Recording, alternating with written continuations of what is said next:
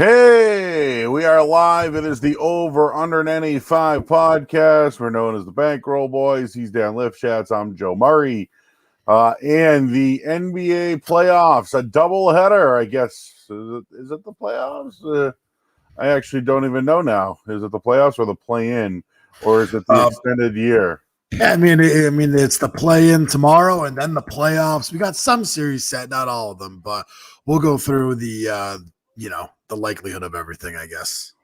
Doubleheader tomorrow in the Eastern Conference, Hornets, Pacers, and the nightcap has the Celtics and Wizards.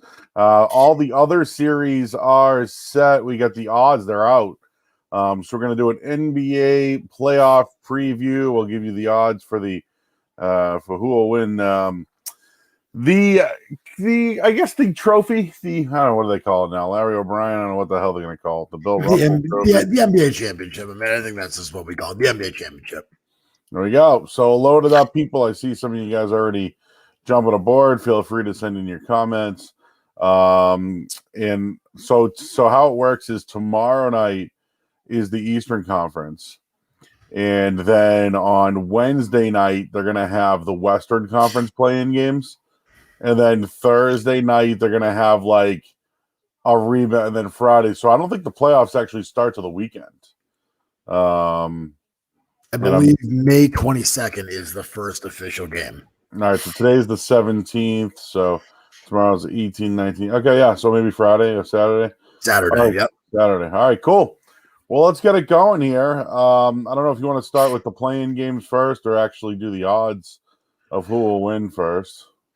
Yeah. Well, let's start with the play-in games, and then we can kind of move on to that. I think that let's start in the East. We'll start with Tuesday's games. Charlotte Hornets, Indiana Pacers. Indiana is a 2.5-point favorite. The total in this one 227.5. Charlotte is the 10 seed and Indiana is the 9 seed. The game is in Indiana, which is why they are a small favorite in this game. So I don't know if home court has anything to do with this, but Indiana only won 13 of 23 games at home this year. They also lost 2 out of 3 meetings to the Hornets. And the last time they played each other was a 114-97 loss. April 2nd. So, this game opened as a pick'em and then has gone to 2.5. It's 3 at some places, Dan.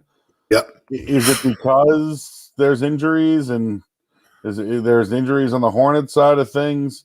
So it says Gordon Hayward will not play Tuesday due to that sprained foot. He got hurt in that last meeting actually against this team, but I don't know. I feel like this is an Indiana win here, but Charlotte's like this young team with something to play for. The total's 229, which seems a lot to me. But the last 10 games, man, Pacers 7-2-1. Yep. So, I mean, Miles Turner obviously is still out. He has no timetable to return for Indiana. They've struggled ever since he went down. Karis LeVert was listed day-to-day yesterday.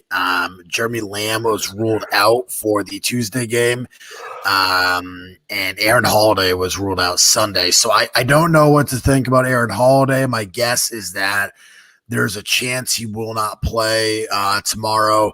Lamb is definitely out for the game, as well as Malcolm Brogdon is a game-time decision for the Indiana Pacers. Charlotte Hornets, Hayward's already been ruled out for Tuesday's game. Cody Martin's ruled out as well, not that he's a big contributor. Look, if Brogdon can't go, I think this is a real problem for Indiana, especially with matching up on the combo of Rozier and LaMelo Ball. LaMelo Ball... I think we know where we stand on LaMelo Ball, right? I was re-listening to our NBA preview podcast, and he was my pick for Rookie of the Year. I did nail that one. I think that he is an unbelievable talent. Truly is, and I do think that the Indiana Pacers, without Miles Turner, have been a different team. Truly, they really have been a different team, and it is hard to watch sometimes. He was their defensive anchor.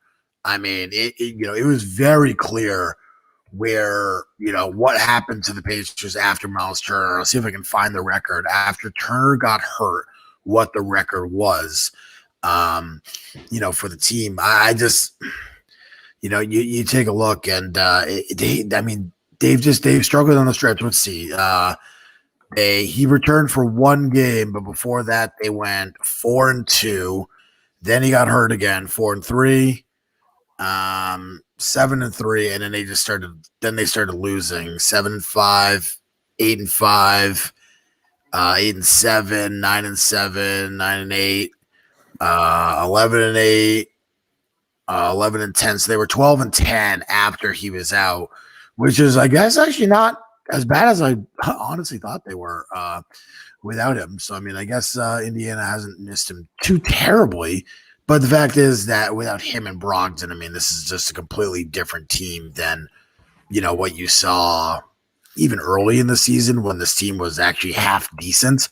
If you remember, they started off the season pretty well. I think they won 3 straight, including an early win against Boston. And they lost that game after that. And they really stumbled into a losing hole around early February. They lost like 6 of 8, and they just struggled from there on out. But I mean, to me, I don't really know, Joe. This is one I think I'm probably going to avoid in terms of betting. I don't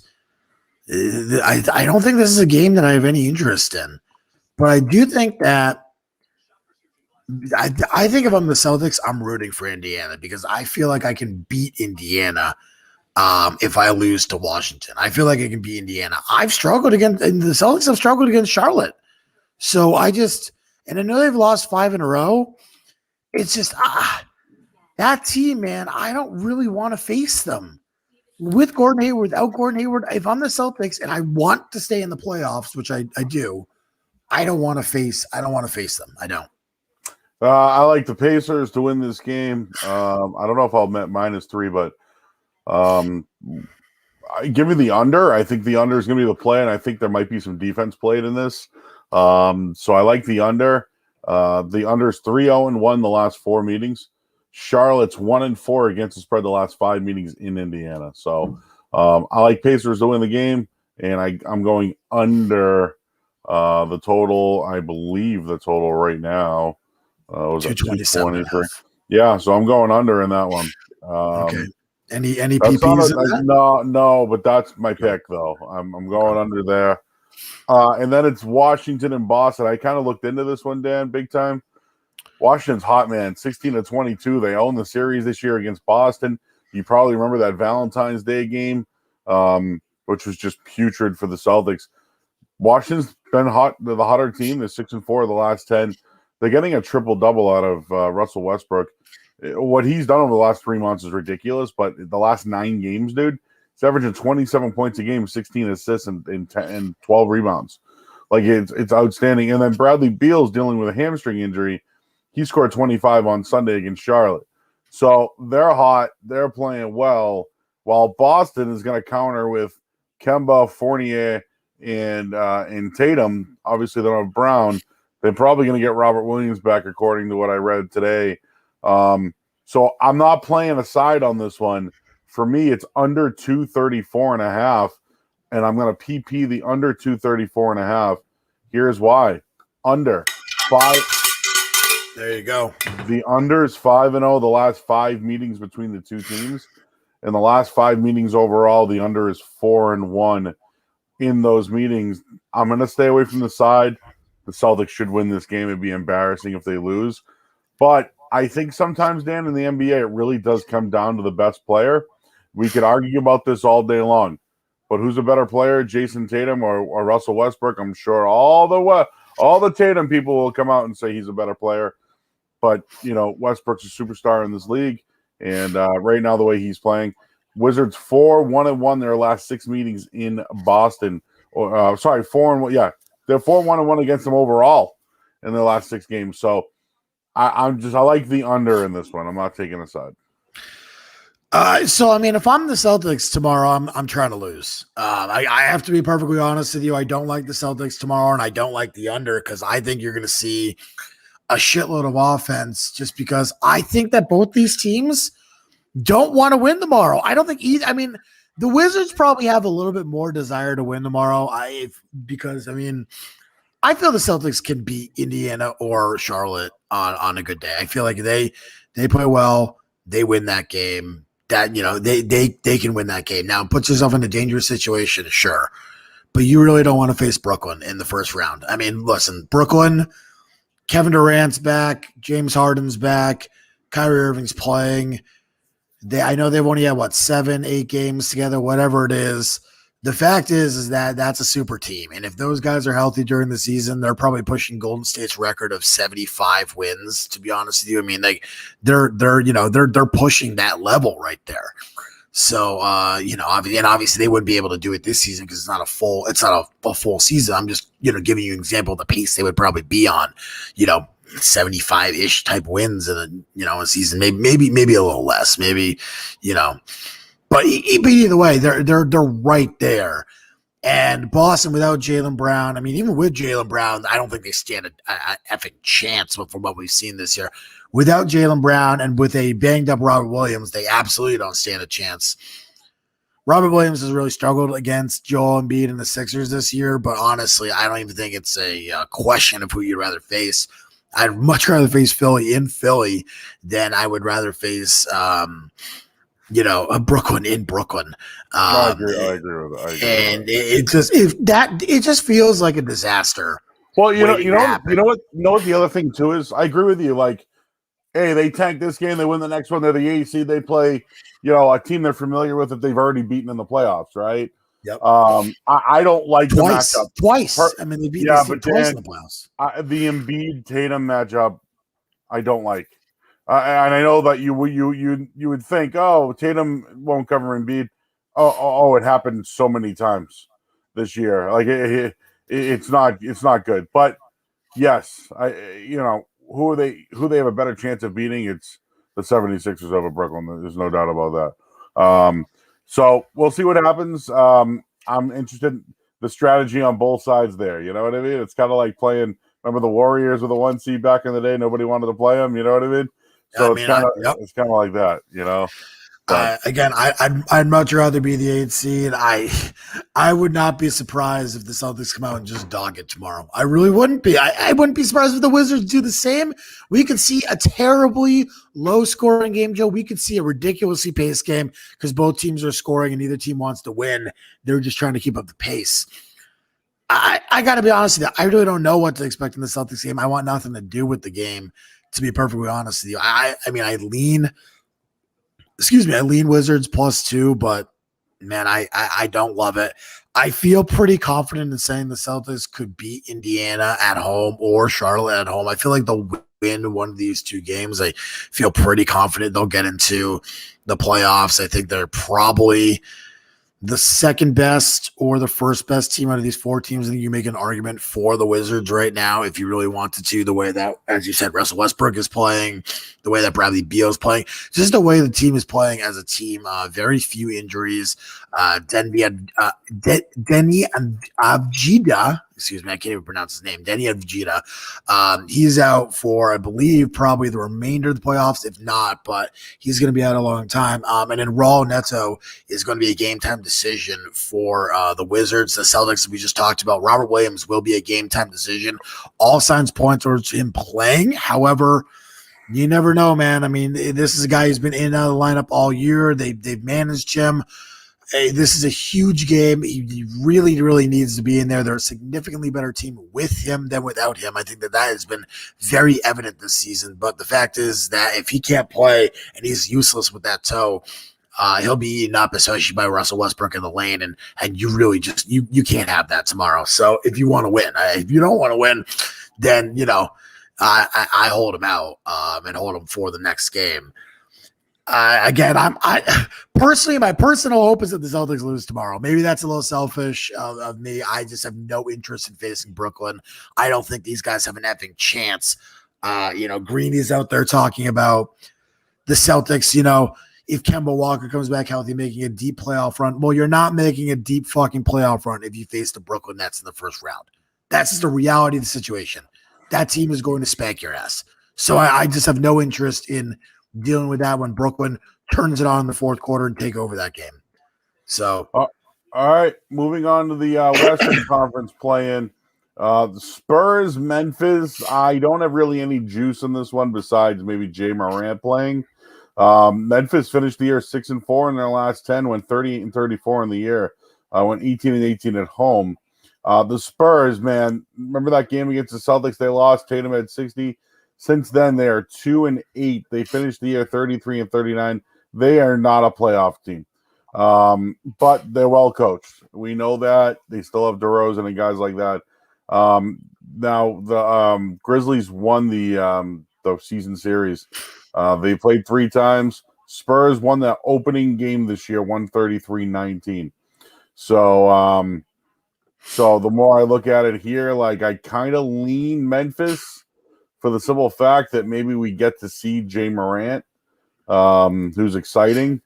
But really, being honest with you, I think both teams will not play defense in this one. So to your point of how you think the other games will go, I see this one 225. I see that going over.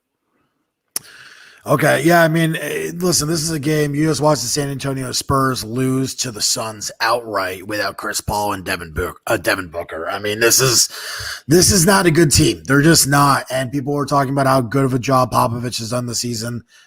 Again, I tend to tell you that Popovich's style no longer works in the NBA. The Spurs, I mean, without Derek White's been out since, mid-April, late April, whatever it is with that ankle. He's apparently not going to play the rest of the season, unlikely to play again unless they make a deep playoff run, but seems very unlikely. Trey Lyles was out for the game against the Suns. There is no update yet on his status for Tuesday's game. Grayson Allen was out, has been out for a week or two. There is no update on him yet, although they're hoping one by the end of last week. We didn't get one. We'll see what happens. Sean McDermott is the other guard there. He's been ruled out for the game. He was ruled out for game Sunday. We'll find out what the status is for Wednesday. I would not be surprised if Grayson Allen ends up playing that game.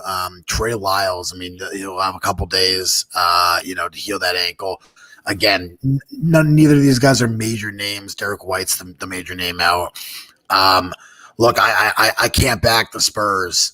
You lose to a team like the Suns in basically a must-win spot and or close to it.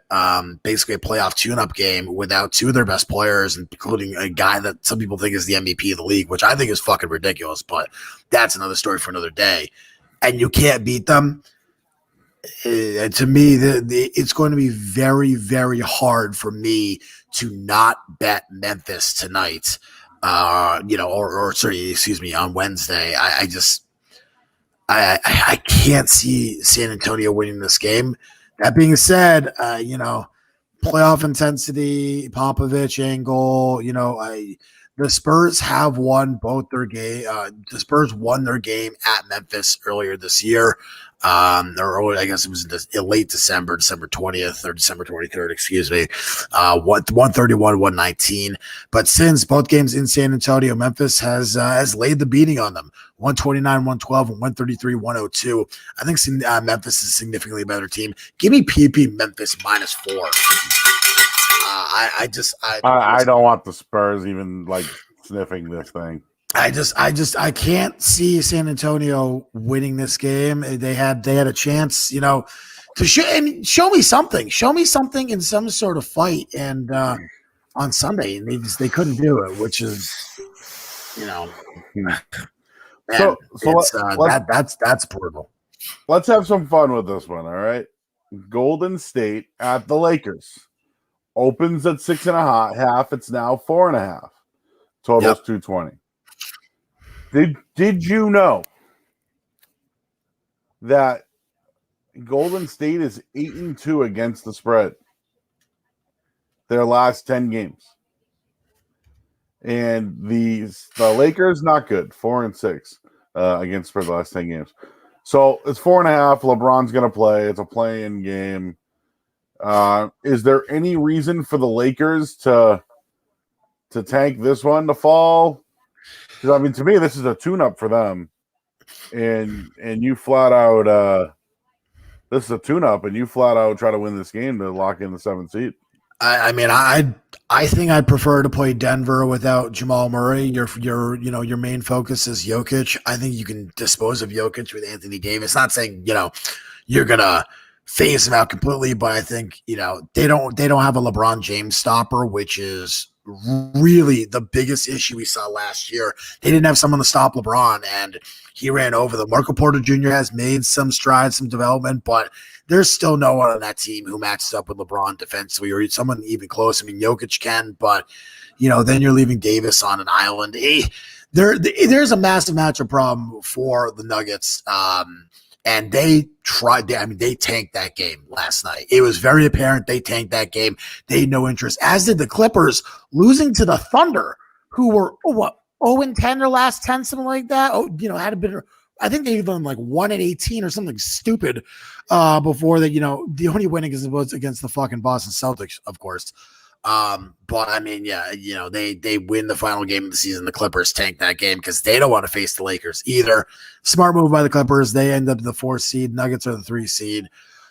I think that the Lakers would be okay against the Suns or the Nuggets. I think the easier series for them is the Nuggets. I mean, face the team that you have a good matchup against. And I do think that the Warriors will be able to beat the Grizzlies. Here's a stat for you, though. Lakers opened at 7, Joe. That's what I have from the BetMGM line. Open at 7. Move to -4.5. This would be just the 11th time when a playoff team saw the line move against them by more than 2 points since 2005. Okay, so a playoff favorite gets dropped by 2 points more than 2005. The previous 10 favorites 7-3 against the spread. So in this situation, teams like the Lakers cover at a very high percentage, 70%. It's not a super common scenario, but again, LeBron, I know he rolled the ankle a little bit last night, but he seems to be fine. He was dominant last night. The Lakers looked dominant last night. I'm sorry. I know the Golden State has been a fun little fucking story, and it's been fun to watch Steph Curry do his thing, and I know LeBron spouting off, "Oh, Steph Curry's the MVP," which is, by the way, absolute bullshit. Like, look, Curry's been awesome this season, but let's not get ridiculous. The Lakers should win this game, and the Lakers should win it going away. I mean, the Warriors struggled with the Grizzlies for a large portion of that game. The Lakers, again, on the road, dominated the Pelicans. Game wasn't close. It was over really after the fourth quarter. They took LeBron out with like 5 minutes left after he rolled his ankle. Again, you know what I'm going to say? I like the Lakers this year. I would lay the 4.5 with LA, maybe see if it drops to 4. If you get to 3.5, I mean, I'll lay the points with the Lakers. The number is going to get stupid. The total in that one, by the way, is 219.5. I like the under in that one, Joe. Ooh, under 6-2 last 8 meetings between the two teams. I think this is an under game. I do. I think this is going to be a defensive game. Listen, if I'm the Lakers, you put LeBron on Curry. Just do it. Put LeBron on Curry. Make someone else beat you. Do it. See what happens. I don't see it being possible. Again, it's been a fun story. The Warriors have been a fun story this year, but let's be serious about what this team is. They're a one-man team, 39-33. They played really well. They were a terrible road team this year, 14-22. Lakers, I think the Lakers win this game going away. Now that LeBron is healthy, Davis is healthy, that team just in general is healthy. I'll see if I can pull up the injury report here. As well as the Warriors injury report to see if we have anything to let you guys know. But seriously, I mean, the health is going to be the major factor for this Lakers team the remainder of the playoffs. I mean, LeBron James, the only guy on the injury report. Kelly Oubre is going to be out for the play-in game as well. James Wiseman, who was already out for the season, of course, and then Damian Lee was ruled out of the game for COVID-19 protocols. We don't know his status for the game on Wednesday.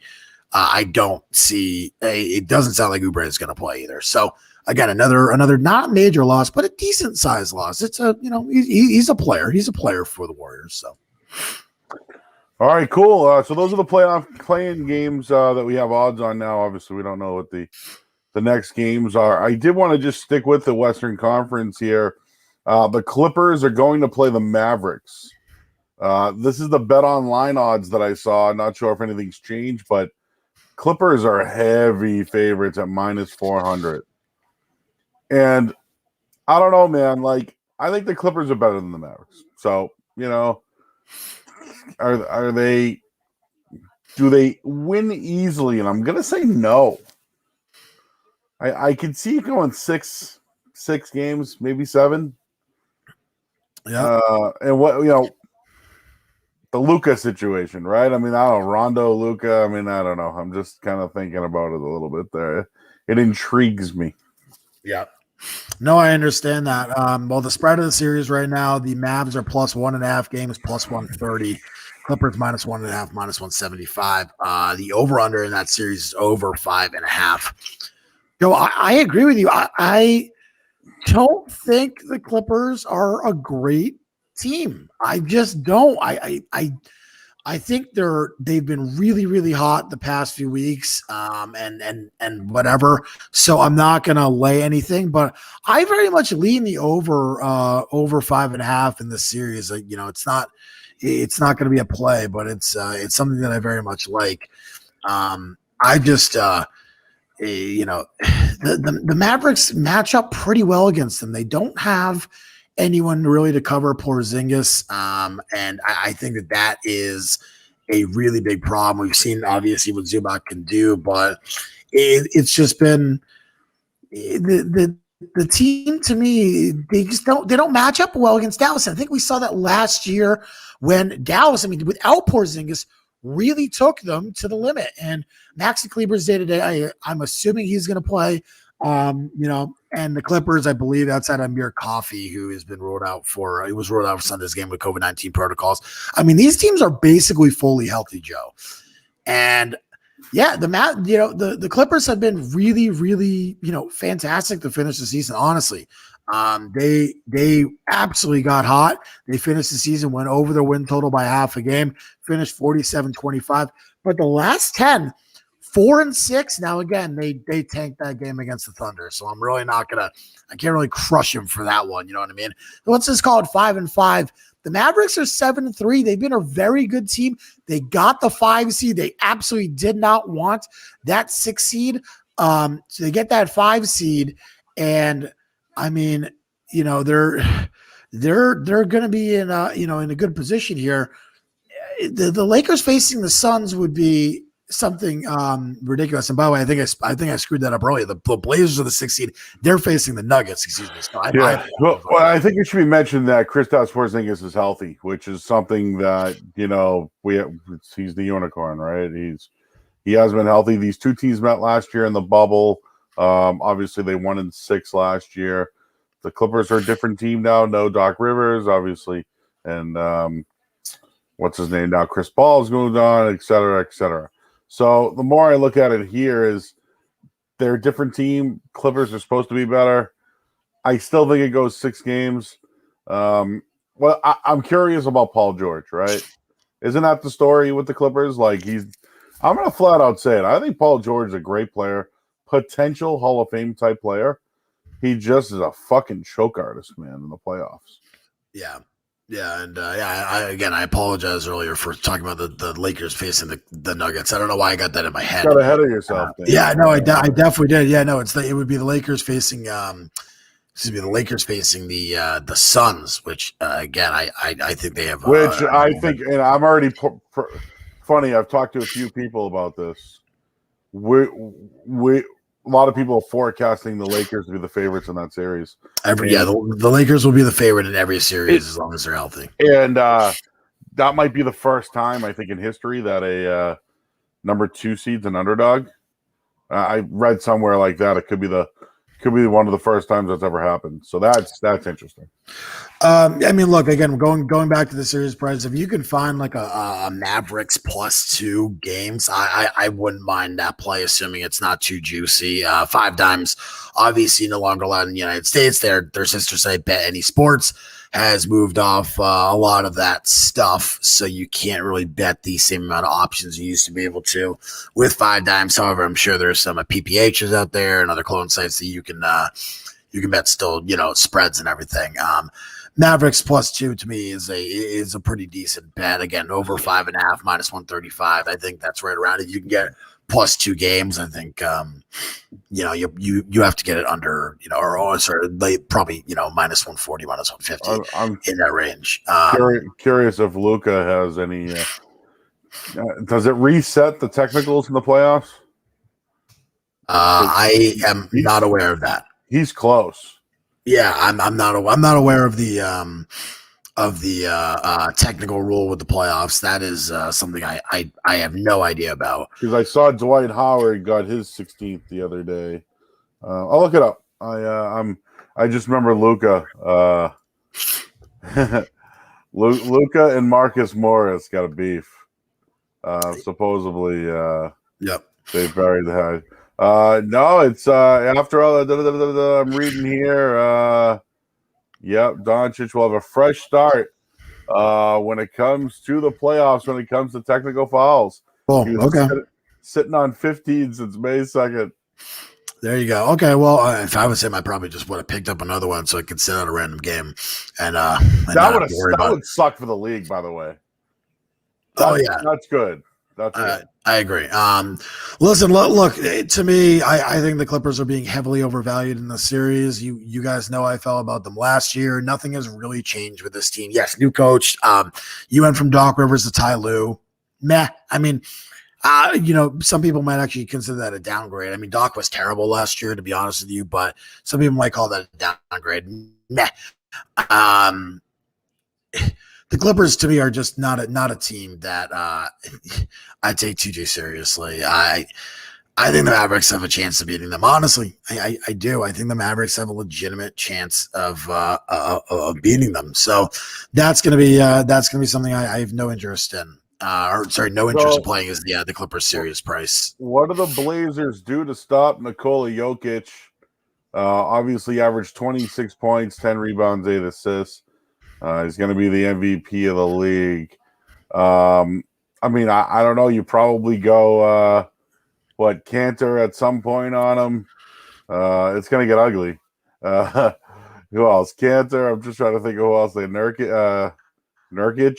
I mean, you're going to go Nurkic on him. The problem is Nurkic can't defend the perimeter. I don't know how often they'd be willing to use Robert Covington. He's a little bit of a small number 4 as it is. So trying to use him on Jokic is going to be a bit of it's going to be a problem. I mean, honestly, that's the nicest way to put it. Matchup wise, it is a nightmare for Portland, but the same can be said for Denver. I mean, I don't think that they have someone who's going to be really good against the likes of CJ McCollum and Norman Powell. I think that the depth there is going to be spread a little bit thin.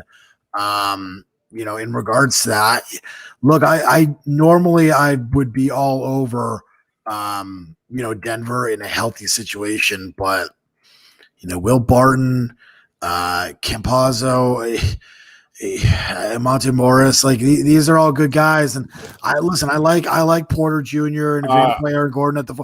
I just think that this is going to be a series where it's going to be really, really tough to match up against the other teams for both these teams. I was going to mention Porter, man. Like he's taken a step. Averaged 19 points, and since Murray's gone down, 19 points, 8 rebounds. He shot 54% from the field, 44.5% from 3. Yep. I mean, that's a step, dude. Like he took a dramatic step. Yeah, I mean he did. He's been a fantastic, especially on the offensive end. He's been a fantastic NBA player for the likes of a few months. And Aaron Gordon really changed that team. The problem is without Jamal Murray, who was, I thought Denver might have actually given the Lakers a little bit of a series with Gordon, Porter making his step, and Jamal Murray and Jokic being what he is. But I mean, listen, we don't. This is going to be really tough for both these teams. This has the makings. Look at the line of a legit 7. Yeah, this has a legit 7-game series, and the Blazers are even money in this one. I see them at +105 on Bet Online. I'd probably take I'd probably take the plus money in this series. I think you'll probably get a chance to get plus money on both sides during the series. It's going to be one of those up and down series, I think. Denver, Will Barton was out Sunday. We don't know his status for Saturday. I assume he'll play. Zach Collins, also ankle. He was out Sunday. I assume he'll play Saturday. Those are the two major injury concerns for those teams. Nothing huge. Listen, the over under series is 5.5 here, minus 240. Now that's a big bet. I think that might be a little bit much to go to lay the 240 in that. I think that's a little much, but this is such a close toss-up series. I think I'd probably take the Blazers with a little bit of plus money there. I don't love it. I got to be honest with you. I don't love it, Joe. I don't. But I think I would go Portland plus 105 in the series if I was forced to make a choice.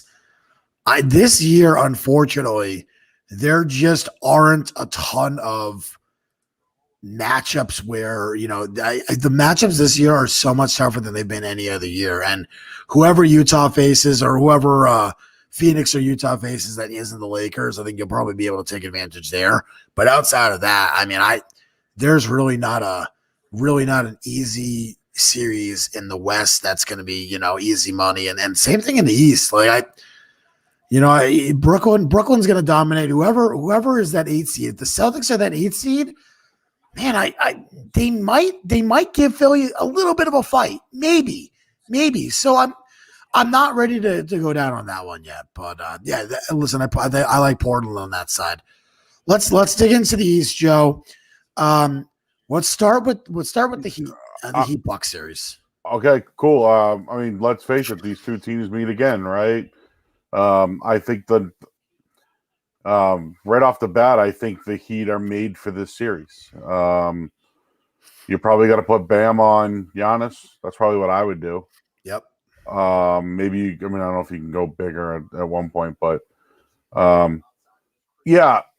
so I'm going to take this one to go the distance right off the bat. And what are the odds again? The Bucks, for the over 5.5 games? Just in general. What in series price or the over? Milwaukee's minus 320, Heat minus plus 250. Yeah. So I watched the last game between these two teams and the plus 260. Excuse me, plus 260. The Bucks destroyed the Heat the last time I watched them play. But the Heat have been better. They are getting hot. We know it can happen. So I think Jimmy Butler clearly is the difference. Do you know that he didn't play in any of the 3 games this year against the Bucks? I did not know that. No, he didn't play in one of the games. Also, what do you do with PJ Tucker here? I think he's gonna have to make an impact in this, hitting some shots. We know what Middleton and Giannis can do, but where does Tucker play in this one? And then, with Bam, I mentioned right off the bat that will he cover Giannis, but then does he switch? You know what I'm saying? There's some things on defense that, the Heat are going to have to take care of. But the Heat won this series last year. And I think Giannis does have to take the next step. The Heat struggled to beat good teams this year, man.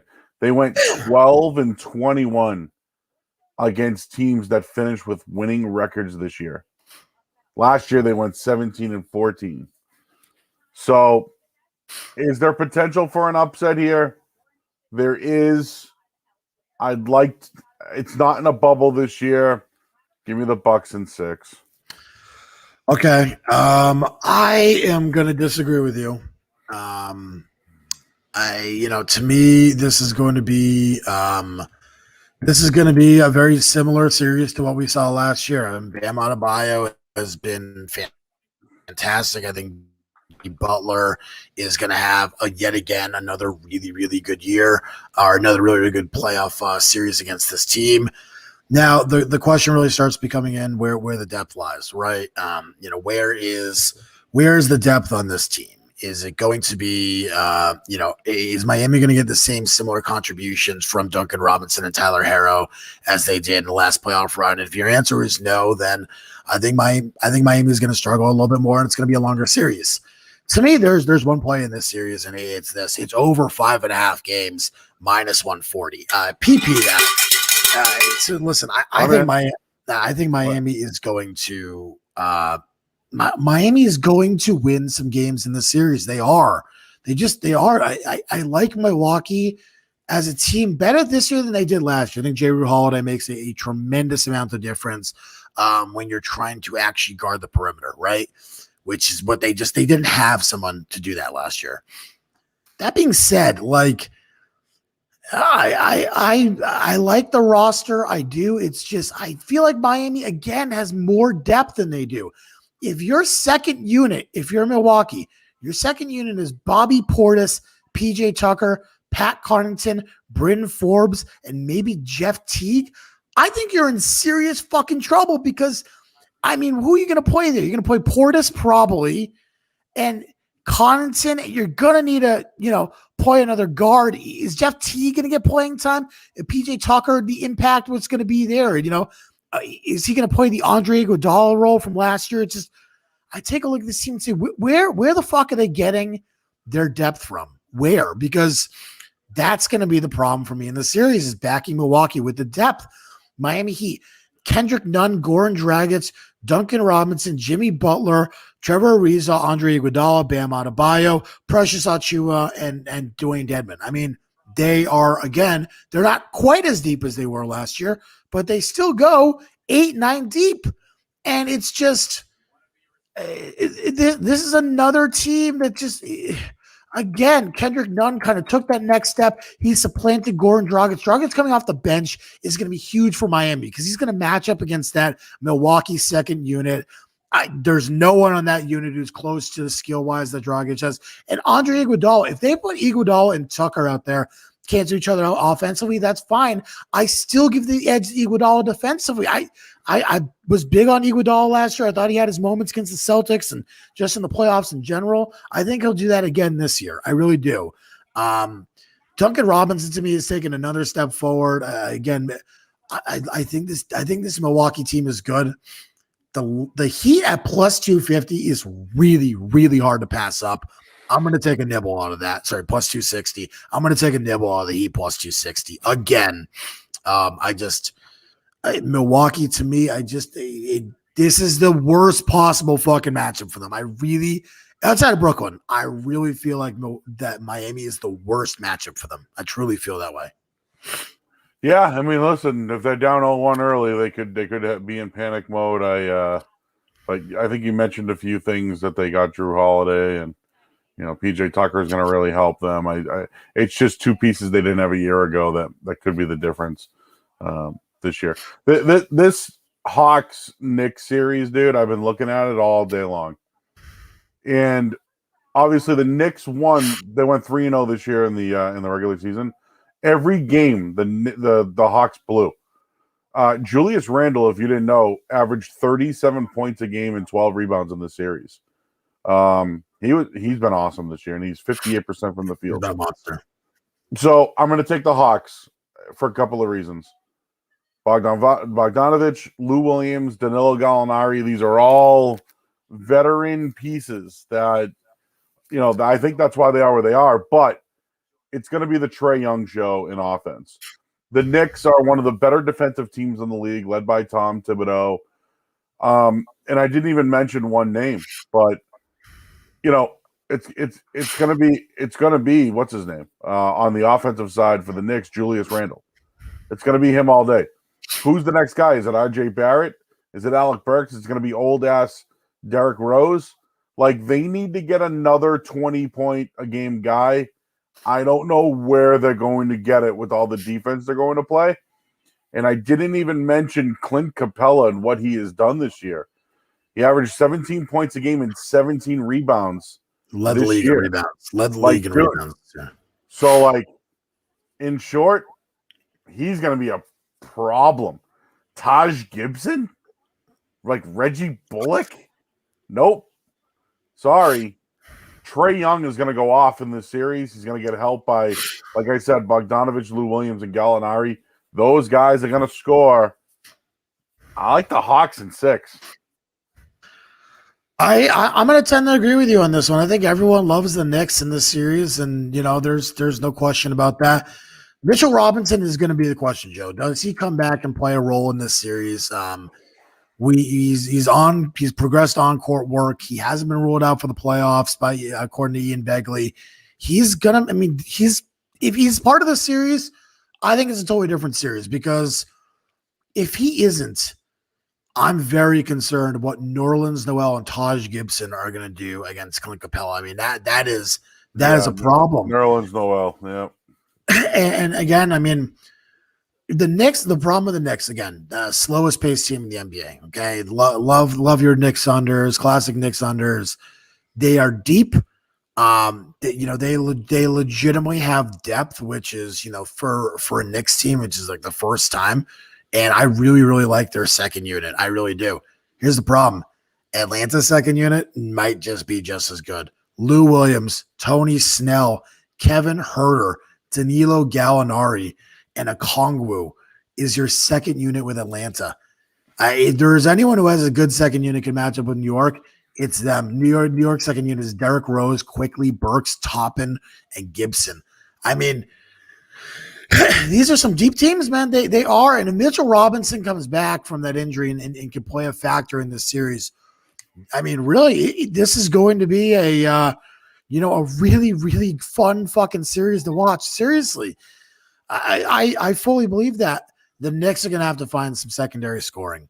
And I think RJ Barrett's going to be the guy who really has to step up. He's stepped up the past few weeks, and he's done that. But they're going to have to get some scoring off the bench, whether it's going to be Quickly, whether it's going to be Rose. They're going to have to get some secondary scoring. The Knicks are, and that is concerning when you have a team like Atlanta, who, I mean, just kills you from the perimeter. And we know in the playoffs how big perimeter scoring is, how big second chance points are. With a guy like Clint Capella, who led the league in rebounds this year on the interior, the steps that he took, pretty much outside of Capella, anyone on this team can make a three. I mean, really, Trey Young, of course, Bogdan Bogdanovic, DeAndre Hunter, John Collins can shoot the three, Lou Williams can shoot the three, Kevin Huerter can shoot the three, Danilo Gallinari can shoot the three, Tony Snell can shoot the three. I mean, really, you have a legitimate team that can just shoot the lights out versus a team that plays, slow possession, good defense, and whenever that happens, you're in for an interesting series. I like the Hawks in 5 or 6. I do. I know that maybe a little bit cop out. 6 is like the classic go-to. Oh, I think it's going to be 6. Like, it almost is never 6, which is the funny part. But I think Hawks in 5 or 6 is the right side. I do.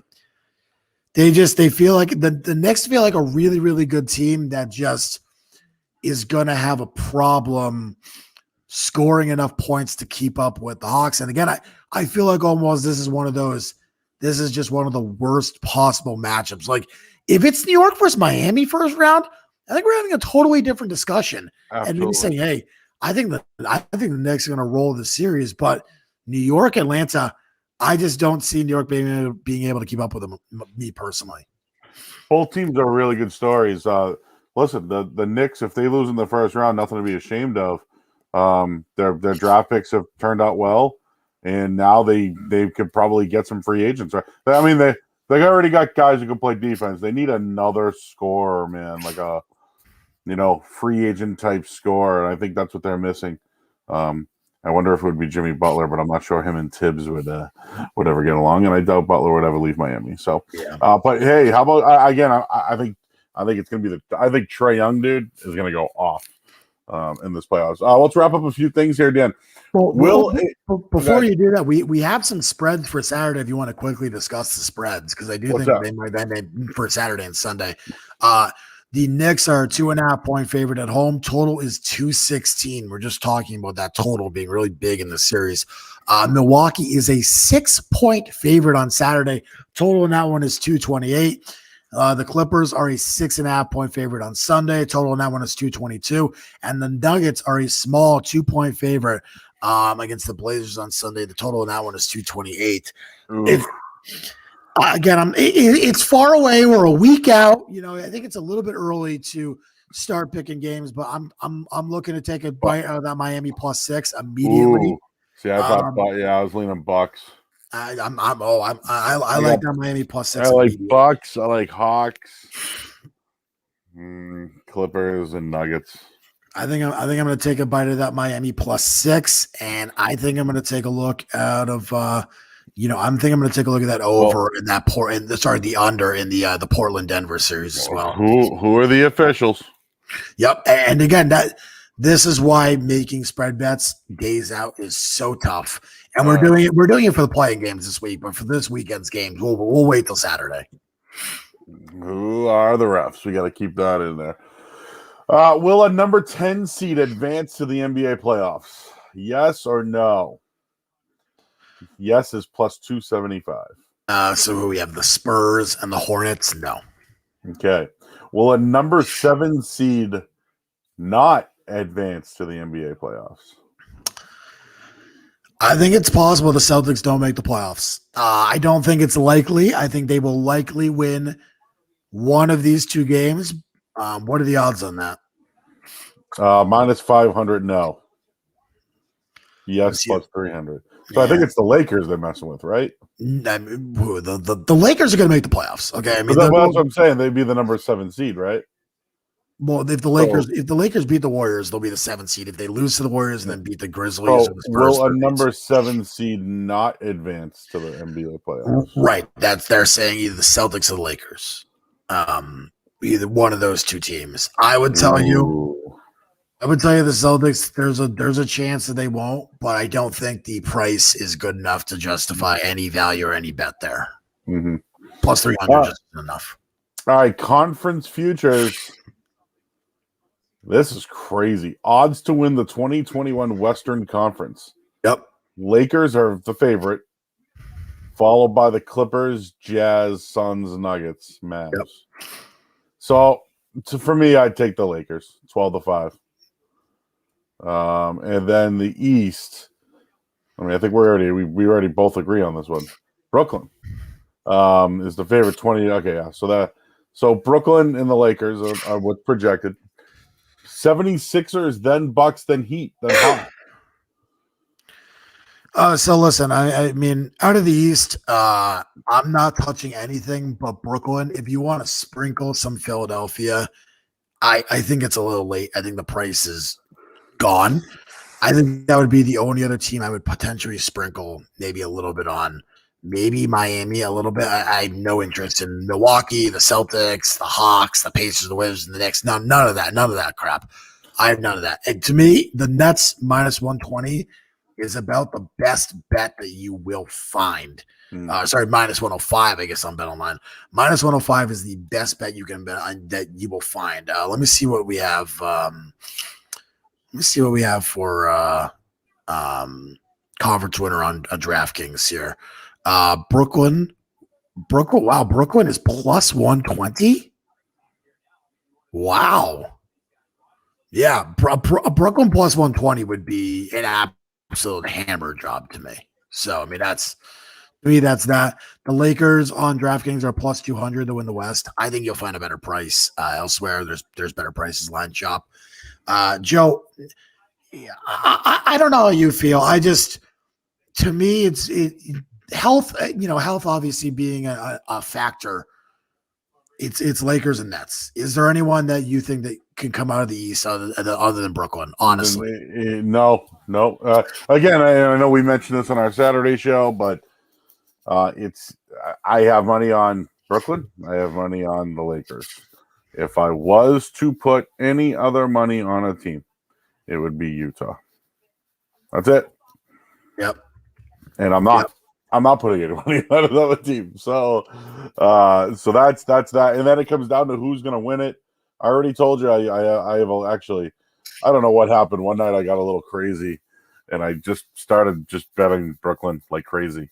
And then last week when I saw the Lakers at +450, it's back to 400 again. but when I saw it at 450, there is a 450 available on Metallic still. So there's 450s out there. I put a little shot. So there's no way I can lose. And I might even bet the outcome, which was 1 plus 165, was it? That they would meet. Yeah, so I'm looking for that. I'm going to jump on that too. So, yeah, I mean, we need the Brooklyn Nets and the Lakers. We need it. It's like, let's get to it already. You know what I mean? Let's just do it. Let LeBron get healthy a little bit, and then all right, we got and I want to. I'm going to take Brooklyn to win it though. It's a fade of LeBron after winning a championship, but it's more about the fact that they had a rough season injury wise. You know what I mean? And it's just I know we can say the same about Brooklyn. I just think that like Durant, Kyrie, and Harden together, it's disgusting. I will take the Lakers still to win the title. As health bearing again, obviously, there's no promise of that crap, so it really doesn't mean anything. But right now, I'm assuming the Lakers is healthy and LeBron is healthy, I'll take the Lakers. I still think that they're the best team. I know that the Nets are basically a super team, but if there's someone who can frustrate that super team, it's LeBron. It really is. It's oh LeBron. My God. Oh yeah. Listen, yeah.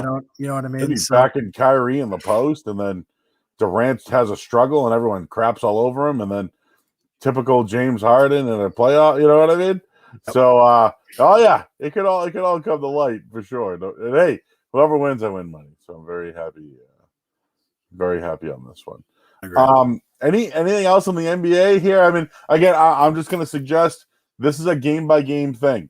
Like, a team might be up 3-0. Generally, Dan, last year, you took them to win 4-0. It is game-by-game. Officials are big. I think injuries are big, too. I think that Hawks-Knicks series is intriguing, and that Portland-Denver is going to be intriguing. And I don't know. I mentioned this, and we'll laugh about it, okay? Just laugh about it. Yep. There's something to me where I love what Brad Stevens does without the stars, right? Remember the Bridge Celtics? The Bridges, yep. And I think this is just a dying, dead horse team. It's a dead horse team this year. But it would mean something to me if they showed a little something in the playoffs. I don't know what the something is. Like, I don't know. They communicated on defense. They forced the game 7 against Brook. Like, just something. Because I know Brad can coach. And I know he can really, like, raise talent. He still has Kemba Walker. He still has Jason Tatum and Fournier. Like, I know you're without Jaylen Brown, but, like, I want to see that old, like, try your ass off. We know we're not going to win, but let's get excited. Because everyone right now wants their asses to lose. And quite frankly, if they do lose, they get back in the lottery. I mean, I mean, it's a 2% chance. So, yeah, they're in the lottery, but they're not really in the lottery. So, I mean, it's whatever. Listen, I don't think it's going to matter. I don't think Jaylen Brown is going to being out is going to positively impact this team. I don't think Brad's going to do it without a superstar. He still has a superstar. His name is Jason Tatum. I know. It's just that I just want something to click with, like, to show that Stevens is still a good coach. And I'm not saying he's not. It's just that I want something to be like, damn, that guy's a good coach. You know? Yeah. I just want something to pop about it. Hey, I got to listen. I think if you take Philly deep, I mean, I think you have to really take a look at this and say, like, come on, man, like, if they end up going against Philly and they take them deep, if they take Brooklyn deep, either one of those teams, I think you got to say, like, look, I mean, without Jaylen, they're back against the wall and they win a couple games or whatever. Like, if they win a game off Brooklyn, I'll honestly be happy, thrilled with the way they play. I have a feeling that would be a clean 4-0. Again, just a feeling. I'm not saying it would definitely happen. I'm saying it's just a feeling that would be clean. Well, they can't play defense and they can't close out games, so they don't really have it. You know what I mean? There's nothing really there. Right. So today it was announced. Obviously, it sounds like there's going to be capacity, not so much just here in Boston, but maybe worldwide. So that's going to be big. Maybe not for the NBA playoffs, but some of the other sports. And I know we got a a hockey game coming up in a minute here, Dan, or a couple 15 minutes or so, half hour. Yep. I think the Bruins are going to come out shooting tonight.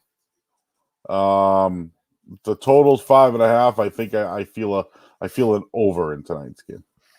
I mean, I think that they better score on Craig Anderson. I mean, really, that is the reality of the situation. That they need to score on Craig Anderson. Like Tuukka Rask, I thought the goal that he allowed it certainly wasn't great, but it was a knuckle puck. I'm not going to get on him for that. Like I know people want to kill Rask every chance. Oh yeah, he should be. He should be the. You know me. Yeah, Dan, you know me. I told you. We're both the same on this one, man. Like, yeah. I think he should have stopped the puck. It was tipped. He made some really. He should be the starter in game 2. I just don't even know. I mean, I got reamed, but on it for saying it, but I don't know, dude. How many games they've lost in this fashion in the playoffs in the last 10 years? Yeah, I mean, listen. Vanacek's day to day. Samsonov is day to day. You have Connor Clifton in. You're facing Craig Anderson. You got to win this game. If you go down 0-2, you're in serious fucking trouble against a backup goal, really an emergency third string goalie. You better fucking win this game. This is a big game. You better fucking win. And if you get down early, shoot everything on the net. Just keep shooting because Anderson's a guy. He'll let stuff in. I mean, we've seen it. So yeah, this is a to me, just shoot the damn puck. Don't be scared. Yeah. And I would just say, like, DeBrus scored a goal last game. He played 21 minutes, was second most on the team, the Marchand. At times, if you have to, man, I'd move Corelli down to the 4, move Coyle back to center, and DeBrus back on that third line. Like in a pinch, if you need like a scoring guy. You know what I'm saying? Because that fourth line, it's going to give you what it gives. And I think that's why DeBrus scores, because he's too talented to be on a fourth line, Yeah.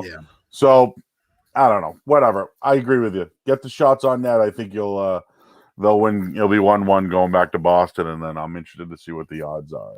Minus 140 tonight, Bruins. I think they should win, but I don't know. After last game, I learned my lesson, hit the under, lost the first half, first. I'm not doing it. First period over, I would go with tonight, but I'm not going to bet it. So, laying off. That's it. That's all I got. All right, Joe. Well, that has been that's it. I'm wrapped up. It's almost hockey time. It is. It's almost playoff hockey time. I think it's time to go watch the game or start getting ready for the game. All right, and we're back Thursday morning. Toucher and Rich. I don't know what's going on. Rich is back, Dan. So I don't know what our status is, but whatever. We'll be there. I will be there this week. I promise you. I'll be there. All right, we'll take bets on that then. I promise you. Don't bet against me this week. And then podcast Thursday night again. Podcast Thursday night, unless things change. All right, and then we're back Saturday on 98.5 The Sports. Have tons of shit going on this weekend, so we'll have all the games, all the matchups. We'll know the play-ins, all that stuff. Yep. So we'll be good to go for this weekend, and stay locked into our Twitter because I'm ready to get that itch going this week. So, all right, I'm going to download this. We'll post it soon. This has been another edition of the Over Under 985 podcast. Who you got?